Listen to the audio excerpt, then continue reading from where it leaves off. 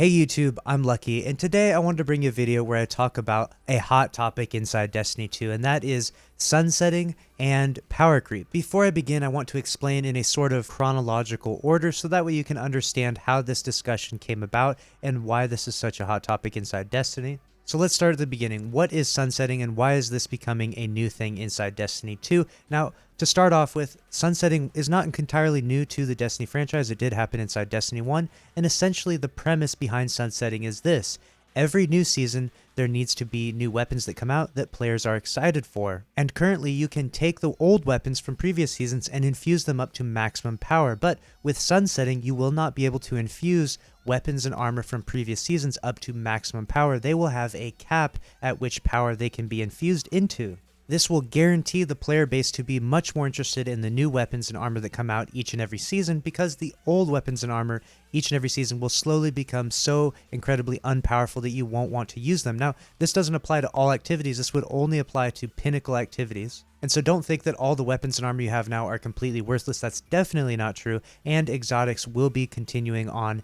So you can rest assured that your exotics that you have will always be able to be infused up to the next power cap. Now, the problem with this, and the reason why it's controversial, is because a lot of people have the very simplistic mindset of, well, Bungie, instead of taking my guns that I have right now and not allowing me to infuse them up to power cap, how about you just come out with more powerful weapons and armor each and every season, so that way I'm incentivized to pick up those new things because they are more powerful and therefore more interesting. And that mindset is what leads us into the discussions and talks of power creep. Now, power creep is a term used to describe the slow increase in power as new loot and weapons and armor come into Destiny 2.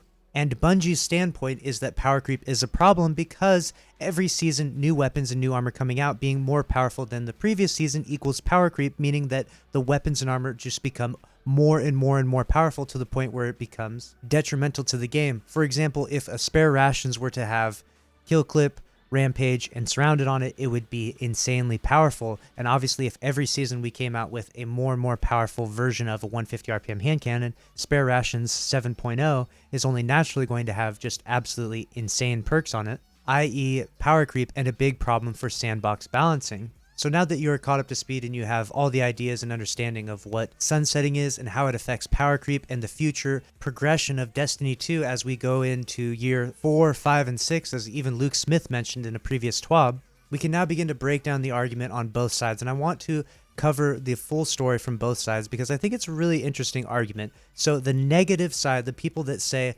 sunsetting sucks, we don't want sunsetting, is because the core argument is that what happens if you're afraid of power creep is that you're essentially putting the game in a box and you can only get so powerful. And so therefore what you're doing is you're taking the weapons that people currently use and love and farm for right now, and you're sunsetting them so they can no longer be used, only to re-bring out those same exact weapons because, as mentioned before, power creep is an issue and we're keeping the power within a box. And so essentially you're just going to end up buying new seasons just so you can get back Spare Rations 2.0, Mindbender 2.0, and so on and so forth. And that's the really big issue, is that people don't want to have to pay to get the same weapons back again. We don't want to have to pay to get Spare Rations 2.0 or Mindbender 2.0 2 or 3 or 4 seasons down the line from now. And that is a completely fair and justified argument. There's no reason to say that that is not the way things could be, but that would be entirely up to Bungie and their vision and how they're going to direct Destiny 2 leading into year 4. Now, me personally, I think that Bungie is going to try and do some really, really big things in September.